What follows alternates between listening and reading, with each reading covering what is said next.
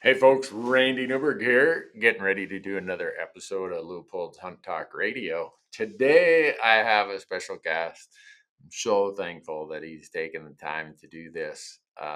Probably one of the most understated yet effective, passionate, committed people in all of the hunting and shooting space. Uh, Pete Brownell of Brownells. Pete has been engaged in so many things. It's his fingerprint is in so many places that for him to take an hour to talk to me and talk to all of you in the audience about what he's done, I'm gonna have to pry it out of him. He's mostly gonna be the good aw shucks Iowa farm boy, which he is. But don't sell Pete short. He uh, Going back to his time really being involved in the shooting sports to his time in conservation groups, he has left a legacy that is very well. He's still at it, so I shouldn't say left. He's leaving a legacy. But I think it would be cool for people to hear his story, understand his family background. You know, the fact that he's now the third generation of Brownell running a business, because we have a lot of really, really great businesses in the hunting space and the shooting space that we can count on them. When the time comes, they're going to be there. And Pete is one of those guys. So I asked him if he had an hour where we could sit down and have a good talk about all kinds of things. And he said, yeah, let's do that. And so he's over here on the other line, waiting in our remote software. It's called the green room. Pete's waiting in the green room, waiting for me to hit the button and tap him in here. So I'm not going to bore you with all the details, but I hope you get something out of this. I think you will. Uh, and when it's all done, I hope that you realize there are companies like Brownells that are supporting us and doing a lot for us. And when the time comes, I hope you go to Brownells and whether it's anything you need for firearms, ammo, guns, right, whatever, shooting or hunting, they probably have it. And hopefully, you take a few notes about Pete's just matter of fact commitment that is what we do. We shoot and we hunt. So we got to make sure the next generation is able to do that. And I think it'll be worthwhile. He's a great guy. His modesty might make it hard for me to get a lot of stuff out of him, but I'll try my best. So here we go. Thanks for being here.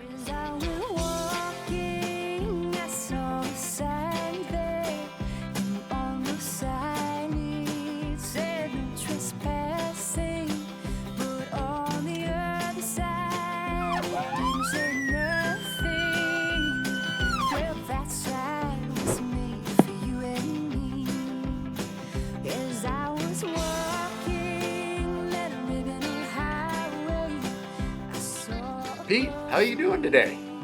Doing pretty good, Randy. Nice, beautiful day in Iowa. Finally. Is it? We Yeah. we had that the last couple days, and then it's supposed to snow tonight here in Montana. Yeah, that's springtime in Montana, you know. Yeah, that's you take the good with the bad when you live in the mountains like this. But growing Uh, up back in the Midwest, where you're at in Iowa, I grew up in Minnesota, and I just remember the opening of fishing season, which oh was yeah. always Mother's Day. That was Yep. like the official beginning of, all right, summer's here. Even though you'd still get some foul You weather get and some stuff. flurries. Yeah, the big walleye opener, man. I tell you, it's Uh, quite a migration from down south up to you guys. So, yeah, it's a steady string of boats from Minneapolis to at least Bemidji, it seems like. yep. But so appreciate you taking the time. I know how busy you are, Pete. And you were just before we hit the record button, you were telling me you're you've been weighing in and working on this bill in Congress right You're now. right. That Yeah, yeah, this is president. The big beautiful bill, which is really a tax bill, yeah, has in it the Hearing Protection Act, which yeah, is a movement to remove suppressors from the National Firearms Act, which restricts them. right. So it's really a once in a generation move for a really significant pro gun bill or initiative to gain momentum. And today's the day. So Just trying to make sure that it doesn't run afoul of politics or politicians. Sometimes they get weak on one issue because they're horse trading. I don't want them to horse trade our rights off on this one. So I was Yeah. Well, kind of you boxing some ears right before we got on the. that would be such a big change. My whole life growing up, suppressors were so controlled, they're so They were. regulated. They are. I just think about my first suppressor I got 3 4 years ago. It took me 12 or 13 months Yeah. for the paperwork. Yeah. It And was the. now, Mhm. but go ahead. Now there's been a lot of innovation and work with partnerships with the government to speed that up. So it's Yeah. almost the point of sale. Yeah. I, Almost. uh, Brandon and those guys at Silencer Yeah. Central said, Randy, you need to do one of these with us. We'll have it done within a week. Yeah. I got approved within 2 days, and it Wow. ends up at my door a few days later. I'm like, Yeah. whoa. Pretty cool. Oh But my gosh. I wish I would have had him. I'm so deaf now. yeah.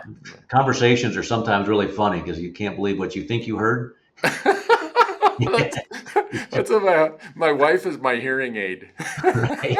That's right. That's right. If there's road noise, background noise, if I'm in a restaurant setting or Oh something, yeah. you better be talking in my right ear because I'm That's right. right-handed and my left ear is not in good shape from too many years of shooting. Yep. And Yep. but This is a hey, great you advice, you've guys. you've spent a whole life involved in this stuff. I think it just comes from the family legacy, but you spent all this time advocating for all of our Second Amendment rights when you served all that time at the NRA, served as Yeah. president for a while. I I see you in all these places as you know. I'm a professional member of the Boone and Crockett Club, but you are like one of these published volunteers that it seems not every, but it seems like a lot of committees. Pete Yeah. Brownell Yep. is Try to give is back to the community, and I love hunting.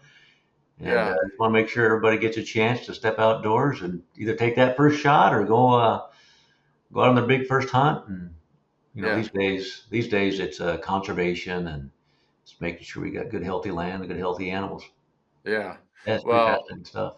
uh, does that just come from that's what your family has always done? I mean, Yeah, I'm always interested in how people raise this level of volunteerism to such a high level.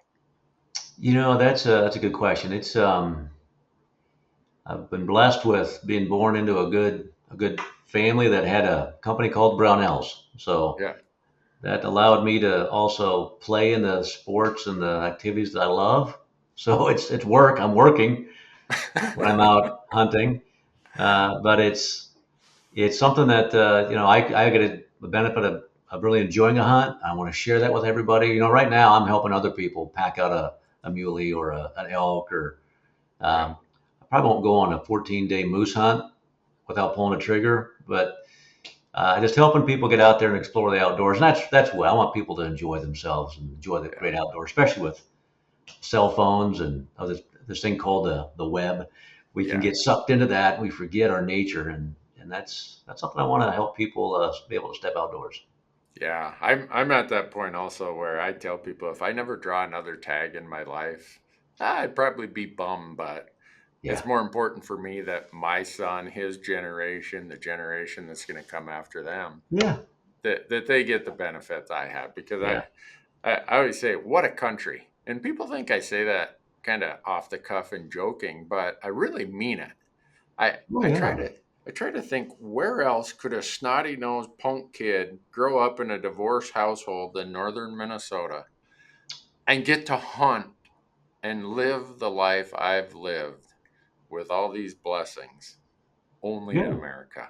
yeah. And That's right. I I just feel grateful for that, and that's what causes me to advocate for all these things that Yeah. conservation, shooting, hunting, all the things that are important to us. And I I look back at your family, and when did Brownell start? Like you late know, 30s or something? 1939. We're 85 years old in June, or 86 years old in June this year. Wow. So I like to Huh. remind my friends down at Ruger and Jason Hornady that we're 10 years older than they are. So they're still my little brothers.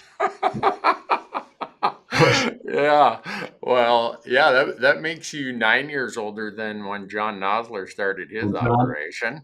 yeah, Uh, yeah, my and grandpa, they all knew each other. It's a small community. It's and kind yeah, of grew up with all these guys that people, they're wearing each other's, hats. I see ornament hats all over the place, and I mean, I've known Jason his whole life, and he, me, and Steve, and Joyce. I yeah, didn't get a pleasure of really working with Joyce, but the yeah. founder. But this great names, You great know, families. it is so funny, and I think a lot of people don't realize this, but I was just thinking when I was at SHOT Show again in January. I look at you, I look at a bunch of other family held businesses like Nosler, Hornaday. Steve and But Jason came in the Nosler booth when I was there, and John Nosler hooked him like it was his brother or oh something. yeah, oh And yeah, oh yeah, so a lot of these family owned legacy yeah, businesses, yeah, the hunting shooting space is so blessed that we have you guys because yeah. you guys, you might be competitors or whatever in business, but you have this collaboration in this common sense of what the bigger picture is, and I think a lot of people miss that. They do. They do. I've worked in another industry, and in this industry we have something called the campfire. Where when we go out and work, and I use that loosely, we're out hunting and we're very focused. But when we come back to camp, we get in a lodge or in a tent or spike camp. You're still spending time around campfire, talking and connecting, and it's not all about. It's never really about business. It's really just about what's going on in that person's life. You really build a good connection. So that's Yeah, that's what I love about this industry. yeah. You can duke it out on the field, but when you come back to campfire, it's all friends and family. Yeah, Well, I wish there was a way I could paint that to a lot of people because there's a lot of folks who maybe don't have the benefit of being as involved in it as I am. They maybe don't get to see it, but I see how all of you interact. And another thing that really strikes me, and this has probably been the last 10 years or so, I've seen how many bigger, whether private equity or publicly traded hmm, companies are coming in, but the companies we can always count on, I don't care what it is, the companies that have the stomach for our issues are always you family legacy companies. right. You don't run and hide or test the political winds of, well, how's this going to work? You guys are like, no, this is what we do. We hunt and we shoot. We're That's here right. for you. We're gun people, right? Yeah, We're gun. Yeah, we want other gun people to come out of the closet. Sometimes they've been pushed back in there. Not recently. I think that that pressure's off, so we can all be proud again and out in the yeah, public saying we are gun people. We're here to protect and work yeah, on conservation and just be yeah, good citizens. So yeah. that's a good Well, thing. Of course, so in the how? middle of nowhere, Iowa, I think I'd be pretty much aligned with everybody else. So I mean, yeah, you're right. And it's just this type of lifestyle is not for the ones in the industry. Every campfire has someone who's passionate about being outdoors. It really flattens all of the structure that a business might have. So Yeah, it's pretty good. It's yeah, really peaceful time. yeah. Wow, I'm glad you get to do it. Yeah. So Brownells was started by was it your grandfather? Yeah, my grandfather started this in '39. But didn't he have some other storefront? Or was he Yeah. always a Oh, gunsmith, or was he doing something else? It's a so he was his nearest sibling. He was one of five. His nearest sibling was like 15 years older than him, and so he was a mistake, so to speak, back in. Well, somebody came back from World War One in 1912 and had a child a year later. So he we've been in the industry. We've been selling guns one way or the other for we traced it back 5 generations. So when the wagons were wow, coming west, right?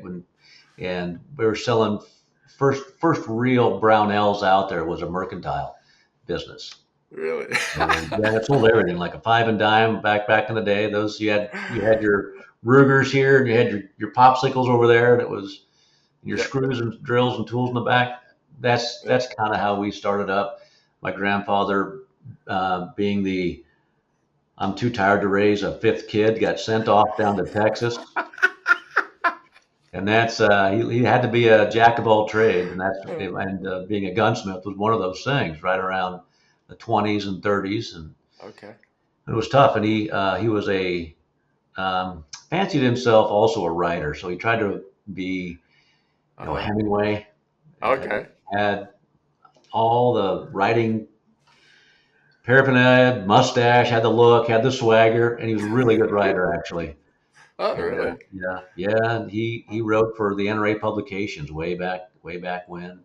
Okay. Uh, wrote to he was a pen pal, which is the same thing as being a social media Yeah. commenter today with Yeah. Bill Senior, Bill Ruger Senior, Weatherby, Uh-huh. the guys over at Colt. So he would write to them about things that are happening in the industry to help give them insights, and they would then maybe or maybe not respond back. I mean, uh, he had a good relationship with these factories, so he Yeah. just I got all of my gunsmith buddies who are writing me letters say, I can't get this Ruger replacement part, firing pin or stock or whatever. Can you write senior and have him send you some stuff? Here's some dollars.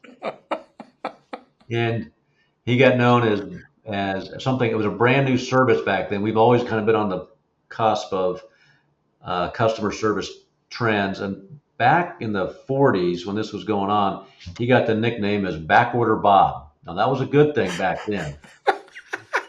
Because if you didn't have it, you can count on Bob Brownell to take a back order and go talk to senior the Ruger factory, the Colt factory, or Weatherby's, or Yeah. anybody else out there to get you a part, and then he'd send it to you. So Wow. yeah, yeah, That is so cool. yeah. We try not to have back orders today. We don't want to be known as back order Brownells, but Yeah. it's inevitable with how many great entrepreneurs have come up through the time Yeah. and creating some good products. So yeah, we've Oh, we've yeah. always been out there. It's a lot of fun. Yeah. So this customer service thing that you just mentioned there, I was struck. I was working on a scope mounting thing 4 or 5 years ago, and I'm Googling something, and one of your YouTube videos comes up, and what is it, Steve and Caleb? Even Caleb? Caleb. Yeah. Yeah. It comes up, and at the end, it says, "If you have questions, call our tech hotline." And I don't know if you still have this, but We I do. call this number, and a real human answers, That's right. That's right. and I'm like, "This is weird, but do you know the torque settings on a pick rail for pub?" Well, let me. And he handed me off to someone like, "Oh yeah," and he's kind of like walking me through this. I'm Yep. like, "Well, I'm not. I got this kind of Mickey Mouse torque wrench here that's really. I don't think it's working right." Well, he walked me through. Here's all your torque wrench possibility. Blah blah blah. Well, you ended up selling me a torque wrench, but it was Uh, so. It was so rare because usually you log online and down in the lower right, a little chat box comes up that says, yep. "Hello, I'm so and so. Can I help you today?" Yeah. And after 5 minutes of texting back and forth with the person, you find out they can't help you anyhow. And so, That's right. That's right. I is that just something that you guys have said? Hey, you know what? We like doing business with people. Yeah, we lean back into that gun tech on the line just to walk people through. I mean, it's you want to do the right thing, but you just plunk down. Say it's a Leupold, you just put down what about $600. Last thing you want is to dent it with your or rip out some threads. I mean, and some people would rather talk to somebody. They don't Mhm. want to text some kid who was putting down the Xbox, who gets their gun knowledge from World War, whatever those games are. Those first Yeah. person again. That's classic stories there on that one. But we want people to have real bench time answering the phones because that's the kind of experience we want to give people that you too can do with this stuff. It's not difficult. Yeah. It just takes, and you're smart enough to do it. You just haven't never done it, Yeah. and we just want to walk you through those things. Yeah. Well, here at our office, we've got five of us who are really we nerd out on shooting, and Yeah. your YouTube channel. I mean, we've subscribed to that a long time ago, and it's Yeah. kind of like, well, I wonder what they say out on Brownells. So we go There you to. go. Right. I hate to. Maybe this is plagiarism, Pete, but a lot of the stuff that people see in our videos, we went out to your YouTube channel and typed in the search bar, And Yeah, you guys have a video. I'm trying to think if there's ever been a topic we went to your page and looked for that you didn't have a video on it. we uh, we had a guy that worked with great, still in the industry. Roy is his name, and it was Stump Roy. We tried to stump. We have gun texters like try to stump Steve Ostrom. Yeah. Steve on the videos. Try to Yeah. stump him in a certain area. He's just unstoppable. And we have a lot of good people that have worked with us and now still in the industry doing some really great work. So I it's great to help build a skill set and have them go do their own thing and really flourish. And we just see just passing on all that knowledge. We've been doing Yeah. videos since we were probably the first. Tom Gresham and Jim Shepard helped set up our first video studio back in 90, maybe 2000, maybe 2000, 2001. Yeah. Yeah. Those guys, they've been around forever. I mean, Oh they yeah. were the pioneers Yeah, in doing yeah. this Oh stuff. yeah. I mean, yeah. Tom learned at the feet of Grits Gresham. I tell you, there's a talent. Yeah. Some of my younger audience, I'm just gonna have to say, go Google it. Yeah, Go right. search the YouTube Go videos. Google Grits. Yeah, yeah, Oh, well, a lot of people, and I think for a long time, I viewed you guys as if I need anything to work on my firearm, yeah, you guys are the gunsmith experts. But over years, you guys have become more of everything. Like I work with Howitt rifles, and yeah. so many people are like, "Where can I get a barreled action?" I'm like, "Well, if I was you, I'd go to the only place I know of to get one. That's Brownells. I Brownells. mean, you guys have that. Stocks, components. I mean, ammo, Yeah. reload. So much more than what it was when you get. When did you guys first start doing online sales? 1997. 97. Oh, 97. We were one of the first out there, if not the first. yeah, And that's a funny story. My dad was also a writer, and we had this catalog. We'll probably bring it back in some form. We had this really thick catalog, 600 some pages thick, and it was a volume. yeah. It's a brilliant marketing piece in itself. He didn't believe in the internet back then. This thing called Mhm. the www internet. That's how we used to say it. www Yeah. Brownells. He didn't believe in it because it was who's going to give you a credit card online, Yeah. and so he wouldn't let us develop it. My wife came back from. I met her in Silicon Valley, so I was in construction for a lot of years, and Okay. got a great wife, and she was a programmer. So she programmed the first Brownells website. My dad had no idea about it because he Really? wouldn't give us a budget for it. So we just kind of patched it together. In those days, it was a really low curve, really low bar for success. Yeah. So it was. We had people say, "Hey, why don't you just put the catalog up online and scan those pages and put it online? It'd be cool if I could flip through the catalog online." It was like, I grew up in Silicon Valley, was where I learned when we were building Silicon Valley. So when I came back, we were twice as big as Amazon. Now Wow. they learned something in those years between then and now that's made them the largest company in the world. But Yeah. apparently we didn't. Apparently guns aren't as good as books, but I think they are. They're a Oh, lot funner. yeah. If I had to make my living dealing in firearms and hunting and shooting versus shoes and books and Oh God. toiletries, that'd be an easy decision. Yeah. They are, yeah.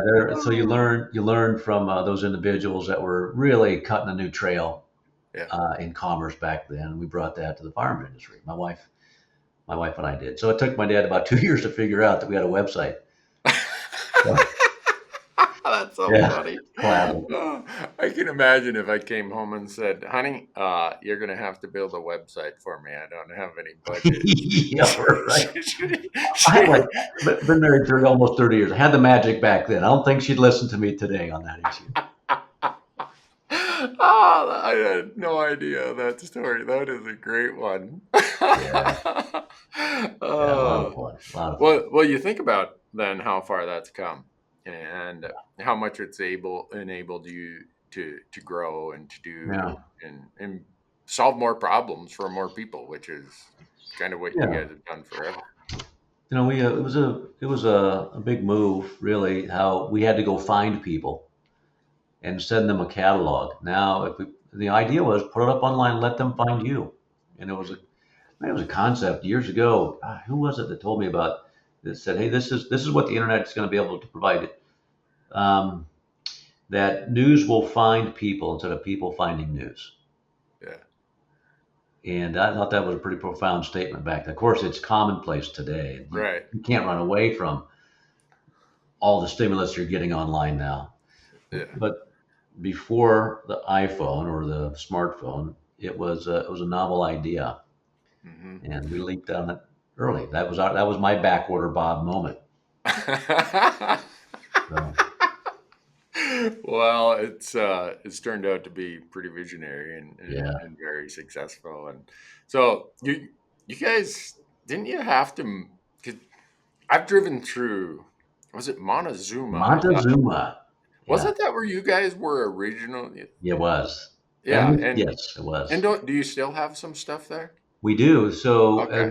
as we've grown, we bought. God, it was a Crow Wholesale is we have a division that does wholesale business to Hmm. gunsmiths and gun shops and shooting ranges. And that was a buddy, an old buddy of mine who grew up in Brooklyn, Iowa, 15 Okay. miles away. And we were mortal enemies in grade school and high school because that was the Irish side Oh. of the county, and we were the Protestant side of the county. So you kind of grow up out of those rivalries that were born back in the 1800s. Yeah. And he had a wholesale business that he started from scratch, and he joined the team, and that business is almost, if not a little bit bigger than Brownell's is right now, Hmm. and it's doing independent gun stores. So Wow. and Shields, we got some stuff in Shields and some Academy, and Hmm. it does some good work to help the independent store be remain and stay strong independent Okay. stores. What? So the young entrepreneurs love it, and that's down in Montezuma right now. Yeah. Okay. So Crows, wasn't there a Crows like a gun distributor? That's the one. Yep. Oh, okay. Yep. Because Yep. I remember that a long time ago. But Yeah. that's the one. So guns and ammo down in the southeast of the United States, we are the dominant supplier of shotgun shells for, and then this would be it really becomes prevalent in sporting clays, scholastic targets, Mhm. trap, skeet, all those sports. We've built up a brand for Challenger, which is we bring that in from Italy, France, and just like almost everybody else in the shotgun world brings in components from Italy or France, Mhm. so have we, and that is one of the top selling shotgun shells out there through distribution. So that's Wow. down in Montezuma. We Okay. moved Brownells up to 20 miles away to Grinnell, Iowa, and put a big wholesale, well, big distribution center and office space right there on Interstate 80. Yeah. So you can get New York and head west, and in 14 hours you'll be right at our doorstep, and in 20 more hours you'll be in San Francisco. So 24 Yeah. more hours, yeah. Oh, So right on that's that what road. actually I was buzzing down I-80 when I Yeah. saw that. I'm like, I I I thought when I went through this little Montezuma town one Oh time, yeah. so I was the it makes sense for Yeah. now for sure. Yeah. You kind of grow out of it. Geographically, then aren't you like halfway between Ames and Iowa City back there? I We mean, are. Yeah. just Yeah. Des Moines and Iowa City, Ames, Des Moines, and Iowa City. Yep.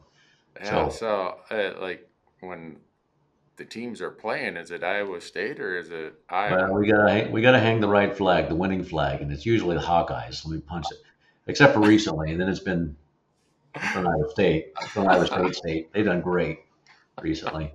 Yeah. Oh, but, well, I'm often fascinated by people who have really succeeded in our business and our Mhm. world, and as 35 years as being a CPA and advising clients, I feel like through osmosis, I've been so lucky to learn from a lot of my really successful clients.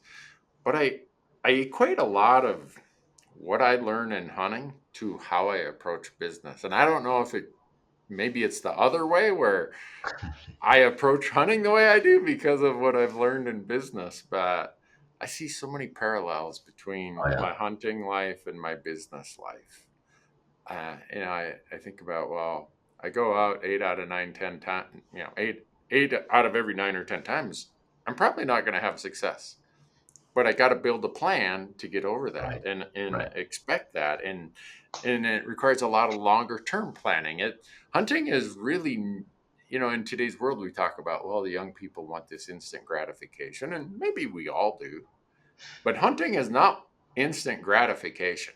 No. That, that, I tell people to change their target. What pun intended on that one on what is hunting? It is success, making sure you get out to the tree stand and you've got everything with you. Hey, there's your first win. yeah, You didn't disturb. You didn't you didn't get busted by a couple of does. There's a first win.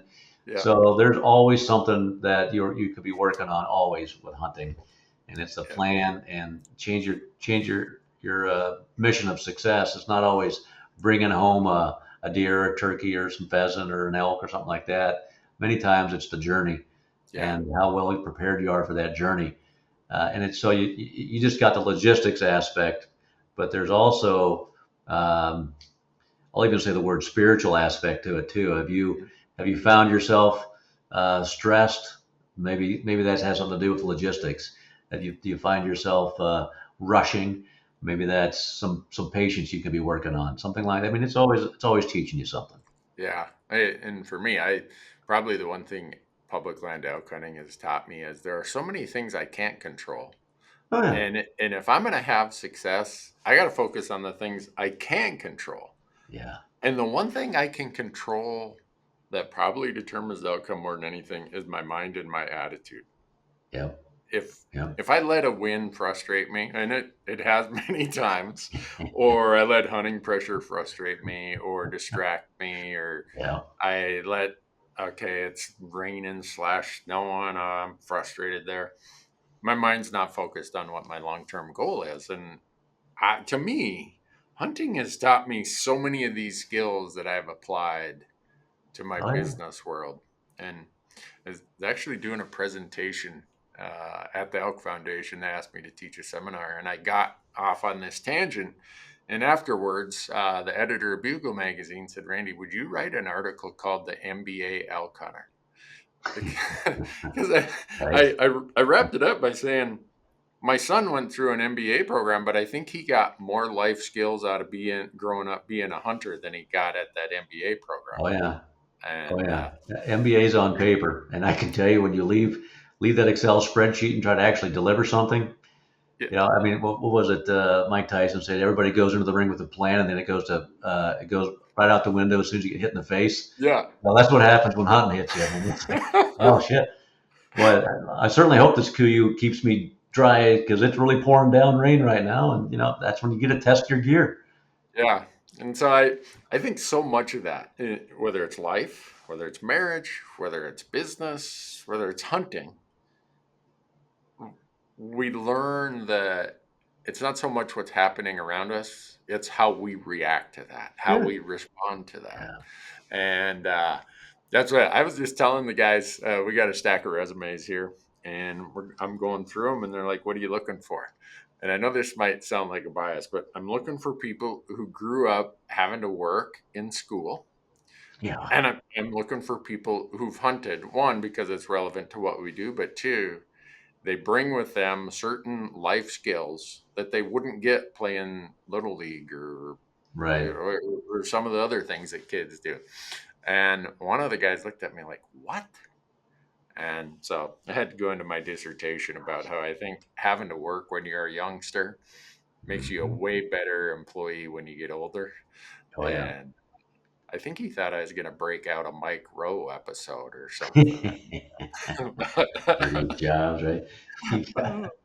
But so I think the other thing, and this is where you probably see it in your business world, is when we're hunting, you were talking about the wind. You didn't spook a doe, all this. There are We are processing so much information so quickly when Mhm. we're out hunting. What's the wind doing? What's the weather today? What's the sun period? What's the seasonal period? And Right. once you get more experience at hunting, you don't even realize you're processing thousands of pieces of information per hour. Yep. In the business world, it's really good to be able to analyze, process, and make a decision without needing a week of meetings to do something. Right.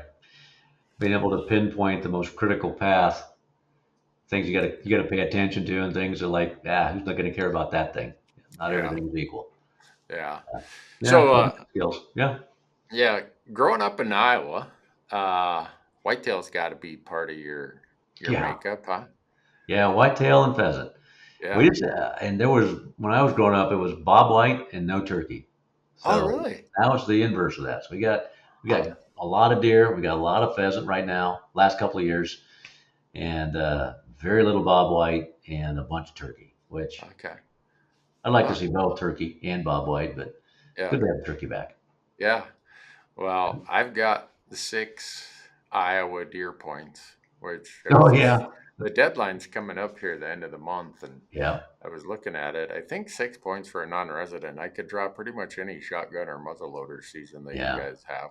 yeah. But the archery hunts, I don't. There's a couple archery hunts that 6 points wouldn't get it for me. No, no, the archery hunters here in Iowa, it's a very protected group, and they fight they fight a lot. They're not fighting against us. I get it. They're making sure that you just don't open it up and you're busting the all those deer because they're coming from the south. Really, how the rut starts from the south and goes to the north, and great hunting down south right during archery season. So Mhm. you don't want a bunch of people doing group hunts right Yeah. through your archery stand because you work really damn hard all year to get your pull right and work your shoulders and you Yeah. know get the shake out of your out Yeah. of your Do all your scouting, everything else. all that work. Yeah. Well, I haven't grown up in northern Minnesota. I've lived in Montana 30. This will be my 35th season. I think there's been 4 seasons where I just passed and passed and passed and ended up paying the price for my pickiness. But of the, I think 30 bucks that I've shot in Montana, 4 or 5 have been mule deer, and all the rest have been whitetails. Oh yeah. And everyone thinks, oh, it's Montana, it's the West, it's a mule deer state. Oh no. Uh, I got a whitetail problem, and I don't know if that's curable. I don't. We have a. Yeah, that's interesting. I got a whitetail problem. Got a turkey problem. Every time everybody says, people want to look at your phone. I'm not looking at my phone. I'm checking out.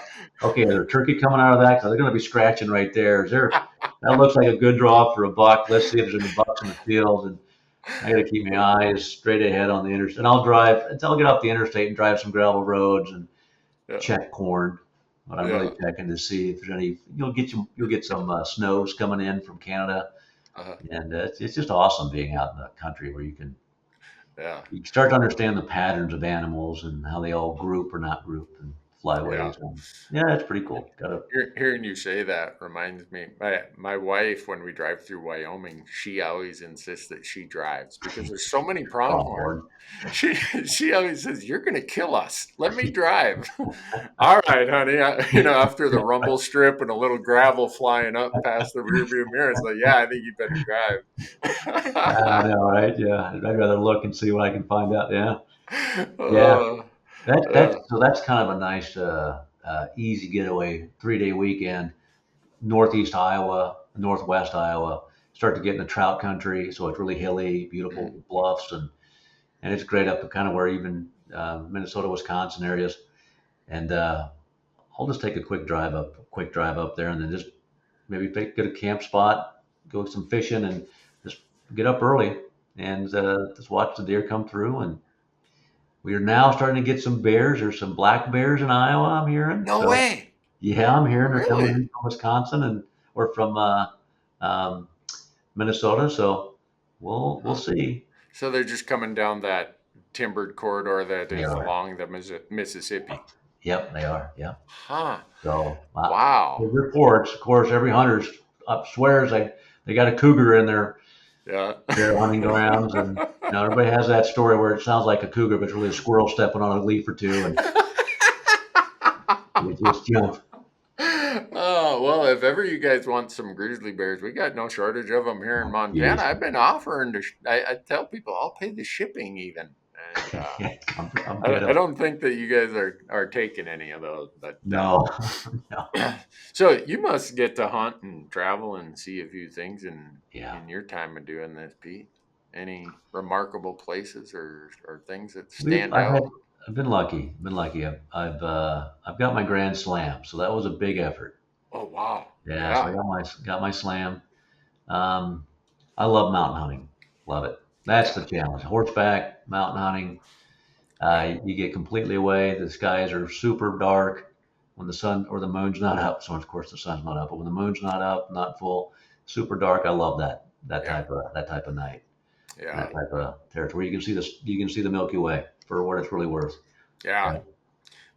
That is one thing I think we as hunters are so blessed with. We go to places where we get an experience that a lot of people don't get. Like if you live in a bigger city or even on the edge of a bigger city, the ambient light is so bad you can't hardly even see a North Star, let alone any of the Right. constellations. And then Right. you go, like I was in the Northwest Territories last year, and you don't hear anything. Right. There's no, but when the cloud cover disappears, you just look up and you're like, oh my gosh, this Yeah. is what wild This is really is. cool. Yeah. You, I, I, I was telling Marcus, my one lead guy, I'm like, some of these landscapes shape me in a way that my mind and my understanding of wild is never going to be able to go back to how it Right. was because Right. of the uniqueness and the just wildness of some of these landscapes, and it certainly intrigues me at this point in my life. I don't know if I'll ever be lucky enough to. I've struck out on 3 sheep tags already this Have year. you? Yeah, I've got That's tough, max. man. I got max points in Montana. I still. This is my 35th year. I still haven't drawn. Uh, Idaho, I struck out there, and I already struck out in Colorado. So I don't know. Maybe a Rocky Mountain or Desert Bighorn just isn't in the cards Yeah, for me. But those are tough, man. Those are tough tags. And what they're yeah. going for these days, Oh, it's inhibitive. Wow, yeah, yeah. that's I that's a multi-year vacation to pay for that. yeah. I tell people, well, I could probably afford one of those hunts, but I can't afford the divorce that would come with it. Yeah, right.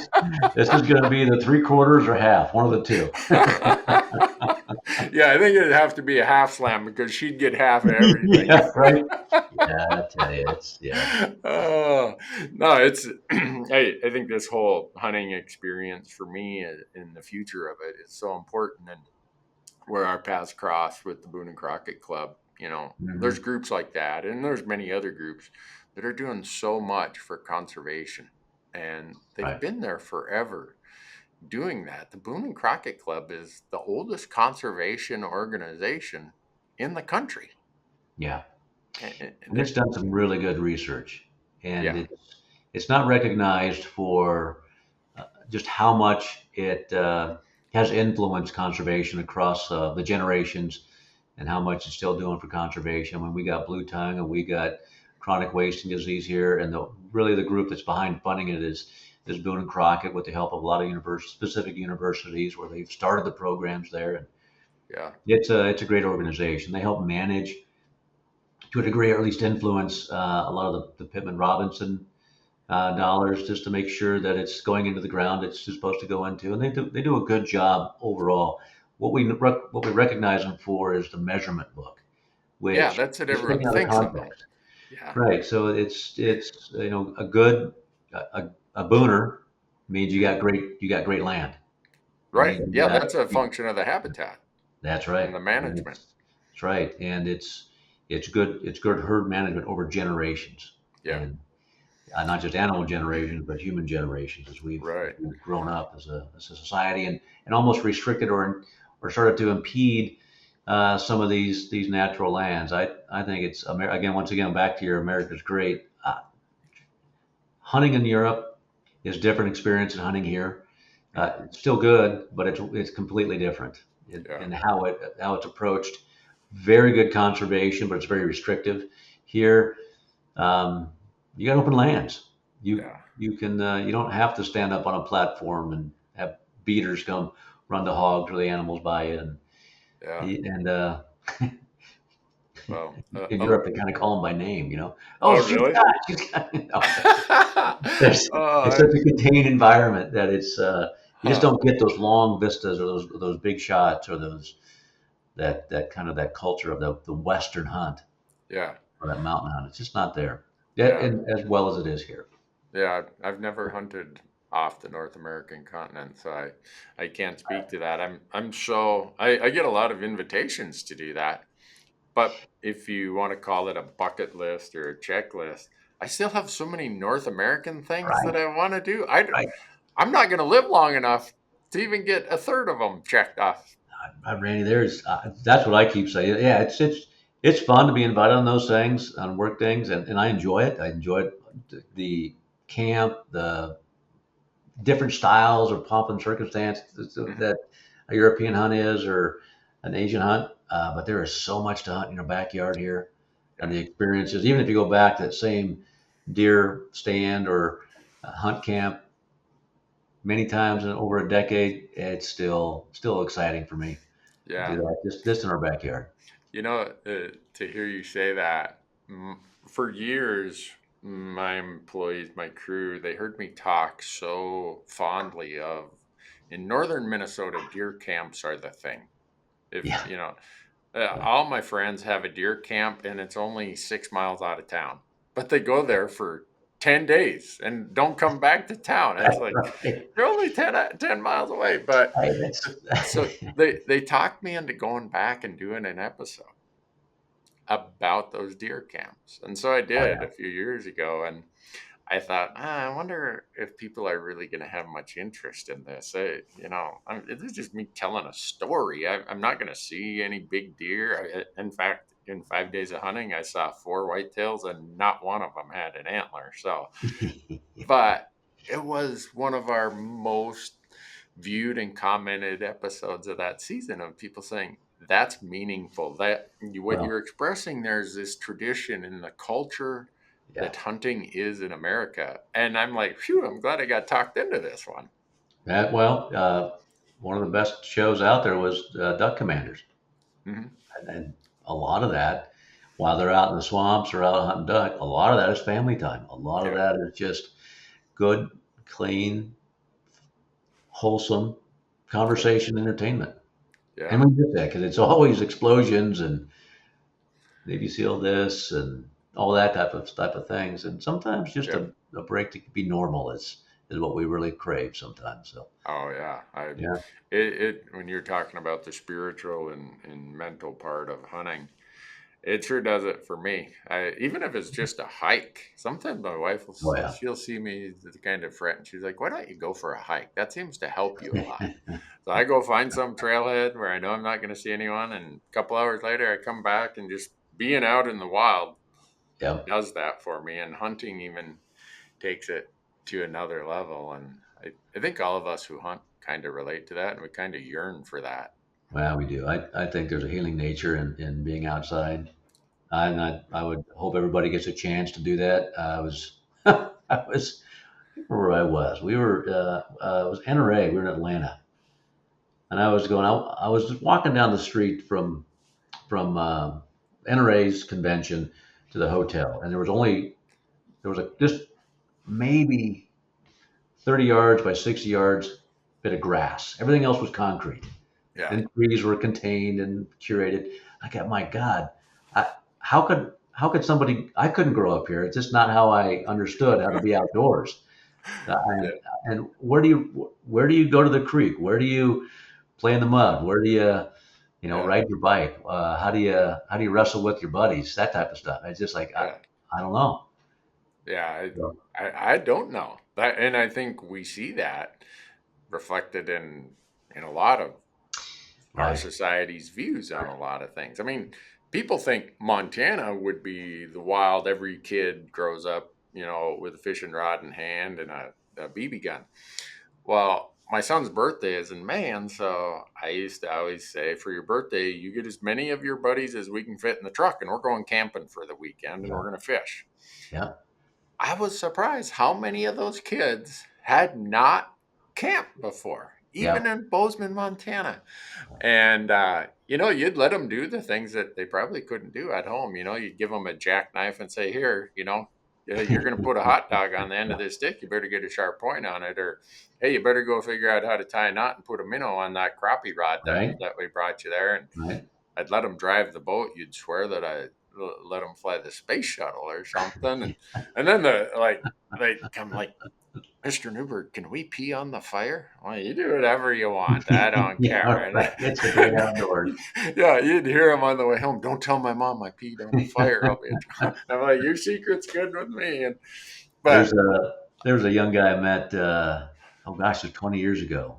John Anani, and John's worked in the inner city, Philadelphia, I think at the time it was. And his whole objective was to get people from inner city, many times a broken family, and get them outdoors. And so he's been tracking these kids for really 2 decades, mm-hmm. and the maturity level of these individuals from the moment they went outdoors with just one, I mean, just that little deviation Yeah, over time makes a huge divide, yeah, compounding wisdom and compounding, I would say, uh, perspective over mm-hmm. time that makes Yeah, them a much stronger individual. So I think just that one experience out mm-hmm. camping has a lifelong impact as people have a different perspective. They make Yeah, little different choices, and each yeah. choice adds up to be a little bit wiser individual over time. So, not saying that city people, people that No, live in the but city and grow up in the city, they have their experiences, and it's a right. different kind of experience, Yeah. a How different kind of many of wisdom they might have. the number of those kids who had come up to me when they were juniors or seniors in high school and just say, "Hey, thanks for taking me on that camping trip," and it meant a Yeah, lot to them. yeah, And it got me thinking about when my dad passed away in 2004. I remember as a kid, I passed hunter education. My parents had just got divorced. My dad had had to move away to find work. Then he'd come back for hunting season, and but he would go to he'd go to the hunter ed class, and he'd ask around because he knew most of the kids of, in a little town like we were in. He's like, hey, you got anyone to take you hunting? And the kid would be like, no. My dad would run around town, find firearms, deer rifles that he could borrow for these kids. He'd take them out in the summer and build tree stands. And my dad had a brown Dodge cargo van. An opening morning of deer season, it looked like the activity bus coming home from the football game oh yeah, with a bunch of rifles. And yeah, I used to get so upset that, look, I hardly get to see my dad that much, and I got to share him with six other kids today. And then when he passed away, a couple of those guys who are my age came up to me and they said, uh, came to your dad's funeral, and I just want you to know that I wouldn't have been a hunter without him. oh yeah, And you'd think that it would have made sense to me by then, but here I am 40 years old, and now the light's coming on. That was the method to my dad's yeah, madness.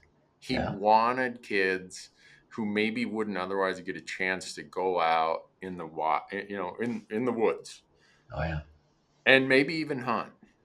He wanted them to have that experience, and he put a lot of effort into that. And here I am as a punk, complaining that I got to share my dad with these kids. yeah. And now I almost blush when I think about it, Pete, because at the time when you're young, you don't see a bigger You picture of the don't see world. that. No. But now it's a big part of, and my wife, our wives know us so much better than we probably know ourselves. And I was telling her this, that this guy, actually two of them came up and told me that. She's like, well, yeah, what do you think? Why do you think you do all this volunteering? And you come by it from him, you idiot. And then I even felt more stupid that my wife could see this for 20 years of our marriage, and I'm so dumb that it's like a Best light guide. bulb. That's Uh, right. The best guides we have are sometimes right next to us. yeah. And so it's those kind of things that I think hunting and the outdoors, just this legacy of who we are Yeah, and how much we care about that next yeah, generation is so helpful yeah, to what we do. And yeah, your family is kind of that generational example of how that's carried on. And yeah, I think a lot of people listening yeah, probably, if yeah, they think about it, have benefited, whether it's a parent, a grandparent, aunt or uncle, whoever it might be, Right. we take a lot of time and put a lot of effort in trying to make sure that that next generation has the opportunities, and I'm glad we do. It's We do too. I was when I was over at the NRA, we started this hunter program because most of the people inside the organization were members, were also hunters, yeah, and it was a natural progression. It's actually part of the 5 pillars of the organization's mission. But we really didn't do much as an organization to reinforce or use the influence to. We did, but we didn't quite make that the brand yeah, for the NRA. So what we started was trying to bring all the hunting organizations not under one umbrella, but to start to have that conversation. So ducks, pheasants, muley, elk foundation, quail. All of them were trying to get together to figure out, and Boone and Crockett, how to work together. And that has progressed. And gosh, how long has it been now? It's almost a decade now.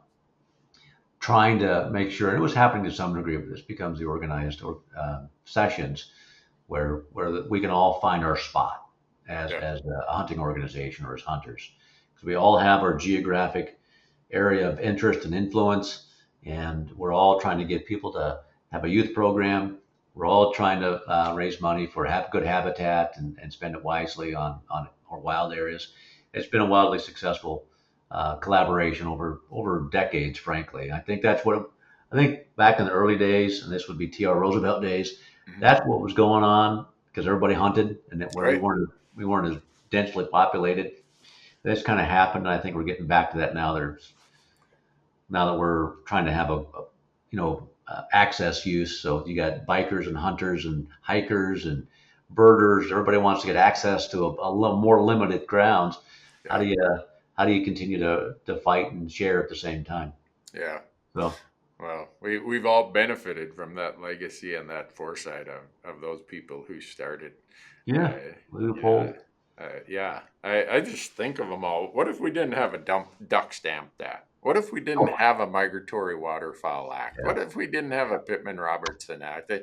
The list of things go on and on. And regardless of how much folks know about it, the fact is the fingerprints of some really important people who were pretty much yeah, throughout their time members and heavily involved in the Boone and Crockett Club.